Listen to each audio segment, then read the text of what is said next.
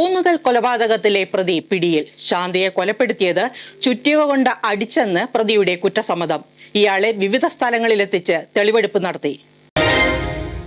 ഊന്നുകൽ കൊലക്കേസിൽ മുഖ്യപ്രതി രാജേഷ് പോലീസ് പിടിയിൽ. വേങ്ങൂർ സ്വദേശിനി ശാന്തയാണ് മരിച്ചത്. ബാംഗ്ലൂരിലേക്ക് പോകുവാനുള്ള ശ്രമത്തിനിടയിൽ എറണാകുളം മറൈൻ ഡ്രൈവിൽ വെച്ച് കുറുപ്പമ്പടി പോലീസ് പിടികൂടുകയായിരുന്നു. തുടർന്ന് ഊന്നുകൽ പോലീസ് സ്റ്റേഷനിൽ എത്തിച്ച പ്രതിയെ വിശദമായി ചോദ്യം ചെയ്തു. ശാന്തയെ ചുറ്റിക ഉപയോഗിച്ച് തലയ്ക്ക് അടിച്ചു കൊലപ്പെടുത്തിയതായി പ്രതി കുറ്റസമ്മതം നടത്തി. കൊലപാതകത്തിന് ഉപയോഗിച്ച ആയുധവും മൃതദേഹം കെട്ടിപ്പൊതിയാൻ ഉപയോഗിച്ച സാരിയും വഴിയിൽ ഉപേക്ഷിച്ചതായി ഇയാൾ പോലീസിന് മൊഴി നൽകി. കഴിഞ്ഞ മാസം 18-നാണ് ശാന്തയെ കാണാതായത്. അന്ന് തന്നെയാണ് കൊലപാതകം നടന്നത് എന്നാണ് അന്വേഷണ സംഘത്തിന്റെ നിഗമനം. പ്രതിയും കൊല്ലപ്പെട്ട ശാന്തയും തമ്മിലുള്ള ഫോൺ സംഭാഷണങ്ങളും സമീപ പ്രദേശങ്ങളിലെ CCTV ദൃശ്യങ്ങളും കേസിൽ നിർണായക തെളിവുകളായി. ഒളിവിൽ പോയ രാജേഷിന്റെ കാറും കൊല്ലപ്പെട്ട ശാന്തയിൽ നിന്നും മോഷ്ടിച്ച സ്വർണ്ണാഭരണങ്ങളും പോലീസ് കണ്ടെടുത്തു.